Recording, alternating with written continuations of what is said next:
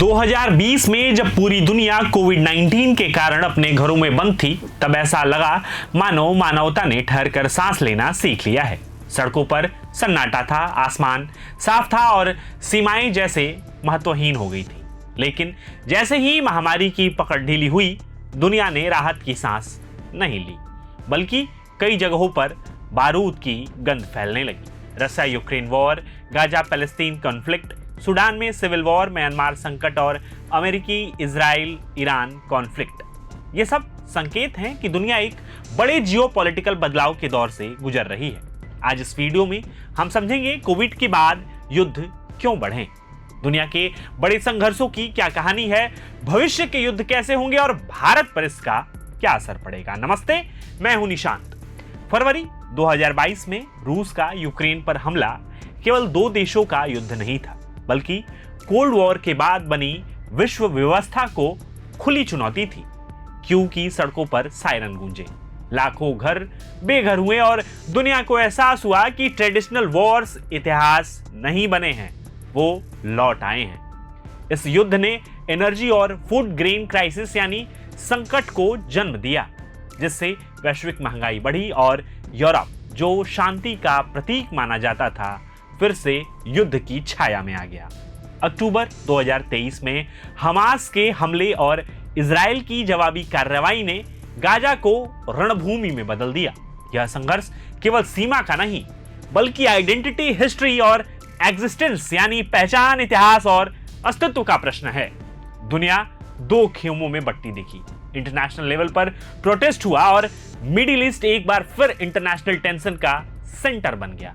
इसी दौरान अफ्रीका के सूडान में सिविल वॉर ने लाखों लोगों को बेघर कर दिया, जबकि इथियोपिया के ट्रिगे क्षेत्र और कांगो में जारी हिंसा हमें याद दिलाती है कि दुनिया के कई हिस्सों में युद्ध कोई हेडलाइन नहीं, बल्कि रोजमर्रा की सच्चाई है। 2021 में म्यांमार के सैन्य तख्तापलट ने लोकतंत्र की आवाज को गोलियों की आवाज से दबा दिया और देश गृह युद्ध की स्थिति में पहुंच गया।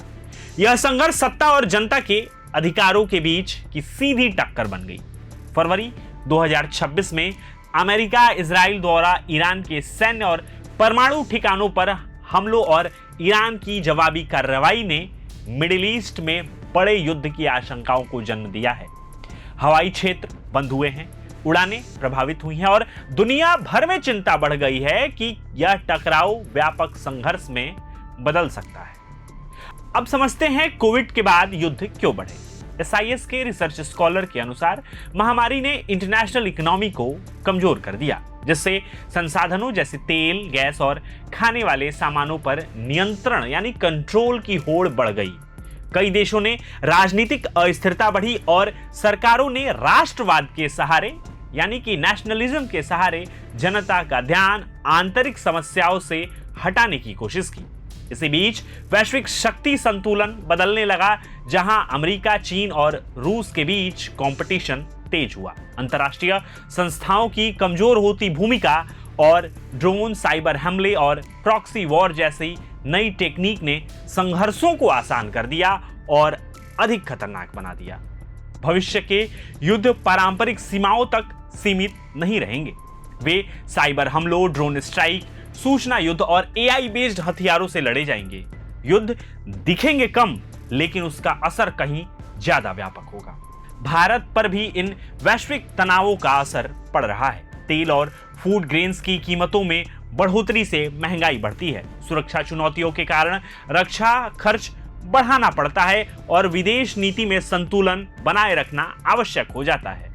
खासकर अमेरिका, रसिया और मिडिल ईस्ट देशों के साथ संबंध के संदर्भ में मध्य पूर्व, इंडो पैसिफिक और पूर्वी यूरोप जैसे क्षेत्र आने वाले समय में वैश्विक स्थिरता के लिए सबसे संवेदनशील बने रहेंगे। कोविड-19 ने हमें सिखाया कि हम एक दूसरे पर निर्भर हैं, लेकिन युद्ध हमें याद दिलाते हैं कि हम अब भी एक दूसरे से डरते हैं। सवाल यह नहीं कि अगला युद्ध कहां होगा, बल्कि यह है कि क्या दुनिया शांति को प्राथमिकता देना सीख पाएगी। धन्यवाद। प्रभातखबर.com, विश्वास वही, रफ्तार नहीं।